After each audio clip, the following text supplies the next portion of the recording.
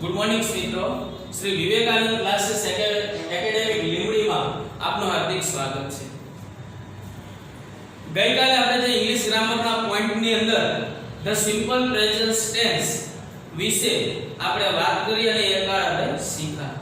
ઘણા બધા મિત્રોની માંગ છે કે ધોરણ 10 ના પ્રોઝ એટલે કે ટેક્સ્ટ વિભાગનો યુનિટના વિડિયો જે છે ક્યારે બનાવો છો? તો આજે આપણે ધોરણ 10 અંગ્રેજીમાં પ્રોઝ સેક્શન માં આપણે યુનિટ 1 અગેન્સ્ટ ધ વોટ એટલે કે અગેન્સ્ટ એટલે ની વિરુદ્ધ અને ઓર એટલે જોખમ વિરુદ્ધ અથવા તો સામે, બરોબર? તો સામા પ્રવાહે અથવા જોખમ વિરુદ્ધ તો બે રીતે નામ જે છે આપણે આપી શકીએ છીએ। ધોરણ 10 ટેક્સ્ટ બુક ની અંદર અગેન્સ્ટ ધ ઓડ ની અંદર આપણે કેટલીક માહિતી એટલે કે કોઈ કાર્ય કરવા માટે કોઈના વિરુદ્ધ આપણે કેવી રીતે કામ કરીએ છીએ અથવા તો આપણા વિરુદ્ધ જે મિત્રો છે એ કેવી રીતે આપણે જોખમ ઊભા કરે છે, તો એવી જ એક વાત ત્રણેય પ્રકારના પાર્ટમાં આપણે વહેંચાયેલી છે। Part 1 track to the Tajnagar, part 2 Sitapur light અને પાર્ટ 3 જે પલ્લકડ પબ્લિક ડિસ્ટ્રિક્ટ લાઇબ્રેરી। આ ત્રણેયની અંદર આપણને અગેન્સ્ટ ધ ઓડ બરાબર જોખમ વિરુદ્ધ લડવા માટેની પ્રેરણા જે છે તે આપણને આપે છે। આજે મિત્રો હું તમને ટ્રેક ટુ ધ તાજનગરની અંદર પાર્ટ 1 જે છે એમાં ટ્રેક ટુ ધ તાજનગર ગામની અંદર જે રેલવેના પાટા છે એ રેલવેના પાટાની આપણે વાત કરીએ છીએ। મિત્રો પહેલો પ્રશ્ન આપણને એ થાય કે આ જે તાજનગર ગામ છે એ ક્યાં આવેલું છે? તમને એમ હશે મિત્રો આપણને બુકમાં આપેલું હશે, ટેક્સ્ટ બુક ની અંદર એના વિશે માહિતી આપી હશે, પણ મિત્રો માત્ર બે જ માહિતી આપી છે, એક તાજનગર અને એક ગુડગાંવ જે ડિસ્ટ્રિક્ટ શહેર છે તે, પણ સ્ટેટ વિશે કોઈ માહિતી નથી આપી। તો એના વિશે સમ પોઈન્ટ રિમેમ્બર તમારે કેટલા પોઈન્ટ યાદ રાખવા માટે મિત્રો જોઈએ તો કે વિલેજ ગામનું જે છે જેનું નામ છે તાજનગર, ડિસ્ટ્રિક્ટ જિલ્લો જે છે ગુડગાંવ છે, સિટી જે છે શહેર, સ્ટેટ હરિયાણા। તો મિત્રો આ સ્ટેટ વિશે હરિયાણા વિશે તો બુકમાં કોઈ માહિતી આપી નથી, જસ્ટ ફોર ઇન્ફોર્મેશન માટે છે તમારા માટે કે આ જે આપણને માહિતી આપી છે એ માહિતી એ આપણે માત્ર સમજણ માટે છે કે એક્ઝેક્ટ તાજનગર જે છે હકીકતમાં આ જે છે એ ટ્રુ સ્ટોરી છે। તાજનગર પણ તમને હરિયાણાની અંદર તાજનગર વિલેજ જે છે એ પણ તમને બતાવશે। હવે એના કેટલાક પોઈન્ટ છે પાઠ સમજાવતી વખતે હું તમને સમજાવીશ। પાઠની શરૂઆત કરતા પહેલા મિત્રો તમારે એક કામ કરવું પડશે, એના ગ્લોસરી સ્પેલિંગ ઉચ્ચારને હદ જો કોઈ પણ પાઠ સમજવા માટે એને વિસ્તૃત રીતે સમજવા માટે તમારે મિત્રો એક તો ગ્લોસરી સ્પેલિંગ અને એના અર્થ જે છે તમને આવડતા હોવા જોઈએ। સાથે સાથે એમાં ઇડિયમ્સ અને ફ્રેઝિસ પણ ટેક્સ્ટ બુક ની અંદર આપેલા હોય છે, રૂઢિપ્રયોગના અર્થ જે લાંબા સેન્ટેન્સ ટાઈપ હોય છે। તો આવા પ્રકારના વાક્યો પણ તમારે ટેક્સ્ટ બુક ની અંદર આવતા હોય છે જે તમારે ખાસ કરીને મિત્રો એ યાદ રાખવાના હોય છે। તમને આજે અગેન્સ્ટ ધ ઓડ માં part 1 track to the Tajnagar જે વિલેજ છે એ વિલેજ ની અંદર રેલવે સ્ટેશન બાંધવાની વાત કરવામાં આવી છે। ગુજરાતીની અંદર શોર્ટમાં કહું તો આ જે રેલવે સ્ટેશન આ જે નામનું એવું ગામ છે એ ગામની અંદર મોટા ભાગના ખેડૂતોની સંખ્યા વધારે હોય છે અને આ મોટા ભાગના ખેડૂતો જે છે અથવા તો ત્યાંના કોલેજના મિત્રો છે એ બીજા શહેરમાં ગુડગાંવ છે, દિલ્હી છે, રેવા છે એ જગ્યાએ પોતે ભણવા માટે જતા હોય છે। તો ગામની અંદર રેલવે સ્ટેશન રેલવેના પાટા તો પસાર થાય છે પણ રેલવે સ્ટેશન નથી। તો આ લોકો ગ્રામજનોની મિત્રો એવી માંગ છે કે તાજનગરની અંદર જ્યારે રેલવેના પાટા પસાર થતા હોય તો રેલવે સ્ટેશન કેમ ના હોય? તેઓ ઘણીવાર રજૂઆત કરે છે, પણ મિત્રો ગ્રામજનોની રજૂઆત રેલવે વાળા ફગાવી દે છે અને કહે છે કે અમારી પાસે હાલ તો પૂરતું ભંડોળ છે નહીં, અને આ જે કામ છે તાજનગરના ગ્રામજનો જે છે પોતે હાથે જ પોતાનું ભાગ્ય હાથે જ ઘડવાનું પોતે નક્કી કરે છે અને પોતે એકઠા પોતાની જાતે યથાશક્તિ મુજબ ક્ષમતા મુજબ પોતે પૈસા એકઠા કરી શકે, એકઠા કરીને જે કંઈ પણ ભંડોળ ભેગું થાય છે તે આ ગામની અંદર રેલવે સ્ટેશન બાંધવા માટેનો પોતે ઉપયોગ કરે છે. મિત્રો આપણે ટેક્સ્ટ બુકમાં વ્યવસ્થિત પેરેગ્રાફ વાઇઝ ટ્રાન્સલેશન આપણે જોઈએ અને આવી જ એક સરસ મજાની સ્ટોરી આપણને અગેન્સ્ટ ધ વોર, બરાબર, જોખમો વિરુદ્ધ લડવાની આપણને પ્રેરણા આપે છે. એ પ્રેરણા લઈને વિદ્યાર્થીમાં પણ આ પ્રેરણા વિકસે એ હેતુથી ગુજરાત રાજ્ય માધ્યમિક શિક્ષણ બોર્ડે ધોરણ 10 ની અંદર આ પહેલો પાઠ અગેન્સ્ટ ધ વોર માં part 1 track to the Tajnagar જે છે એ આપવાનો પ્રયત્ન કરે છે. તો મિત્રો હવે ટેક્સ્ટ બુક ની અંદર આપણે ધ્યાન આપીએ.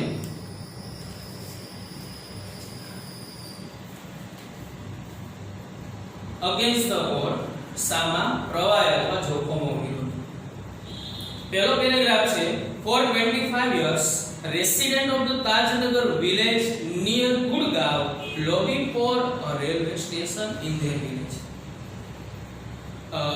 For a station in their village. When their demands was not met, the villagers decided to take matters into their own hands.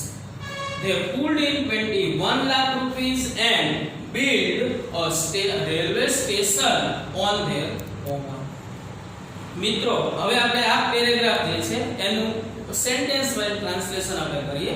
For the 25 years છેલ્લા 25 વર્ષોથી resident of the Tajnagar village near Gurgaon, Gurgaon પાસે જે છે આ તાજનગર છે એ તાજનગર ગામના near Gurgaon lobby for railway station in their village.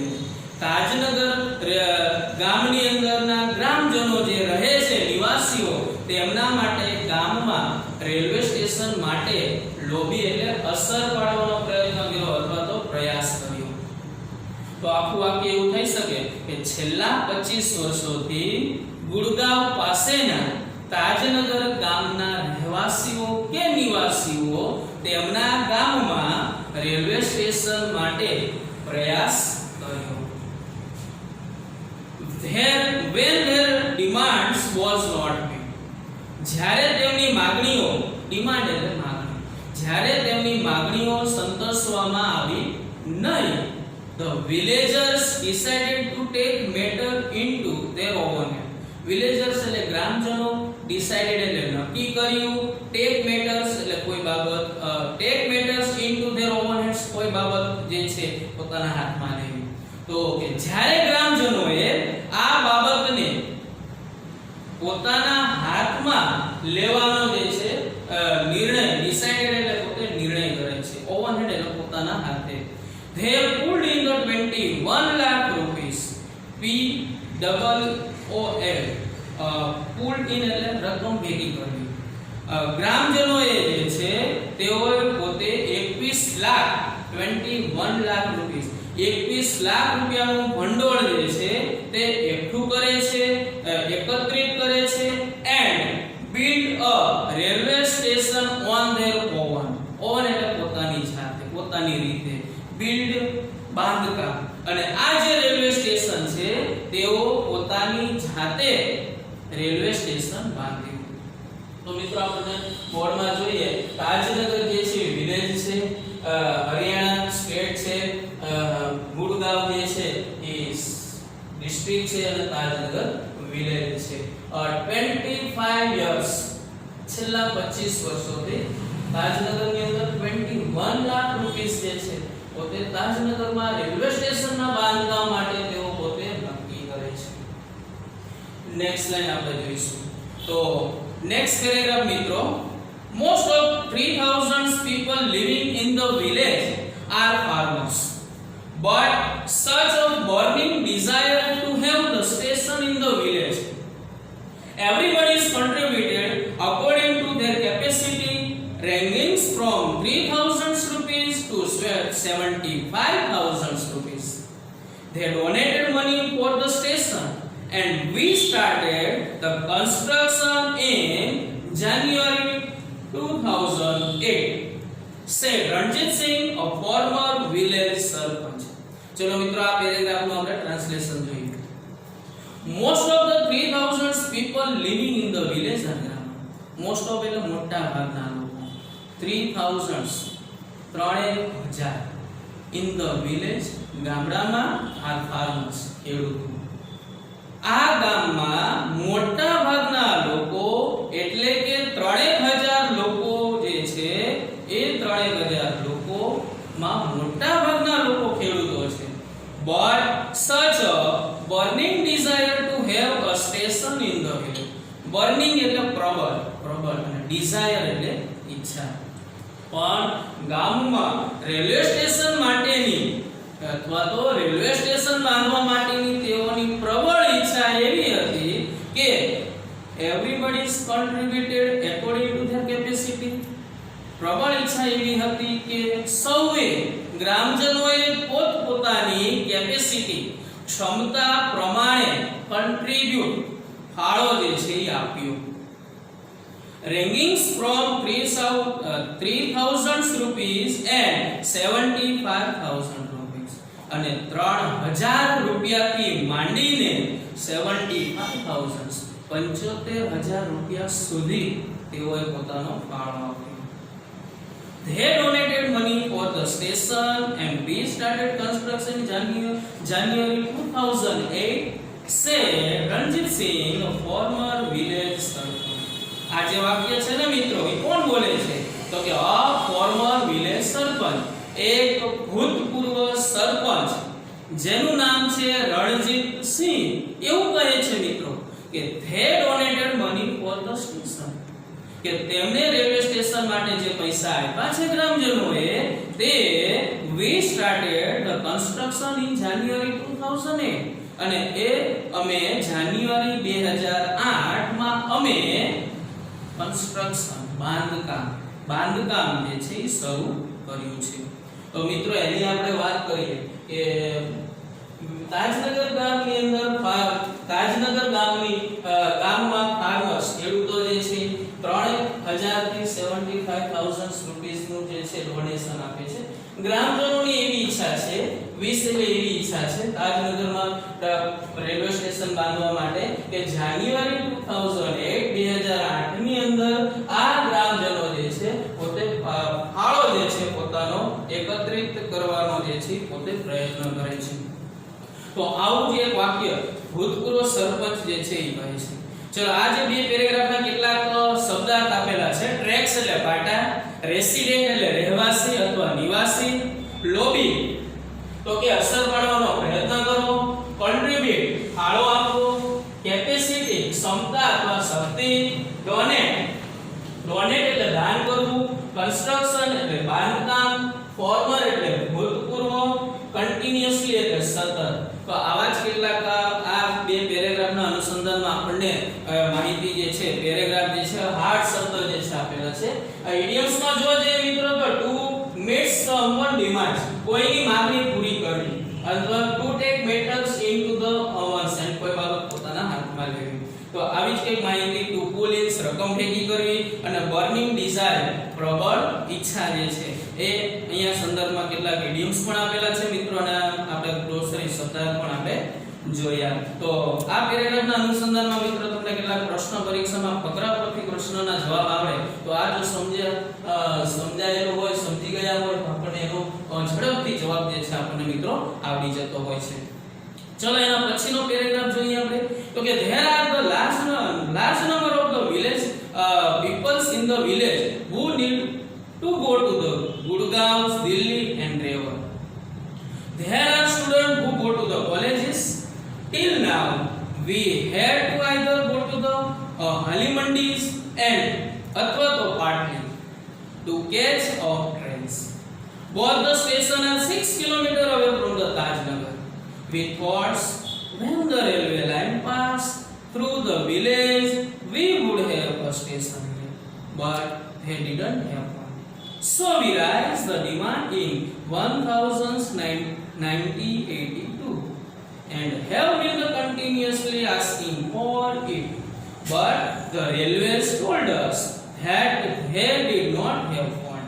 So finally we decided to craft our own destiny said Hukamchand, a member of the committee. મિત્રો હવે આ પેરેગ્રાફનું આપણે ટ્રાન્સલેશન જોઈએ. There are the large number of peoples in the village. એટલે કે આ ગ્રામની અંદર ઘણા બધા મોટા ભાગના લોકો એવા છે કે જે ગુડગાંવ, દિલ્હી અને રેવા, ગુડગાંવ, દિલ્હી અને રેવા એ જગ્યાએ જવા માટે લોકોની મોટા ભાગની સંખ્યા આ ગામમાં છે.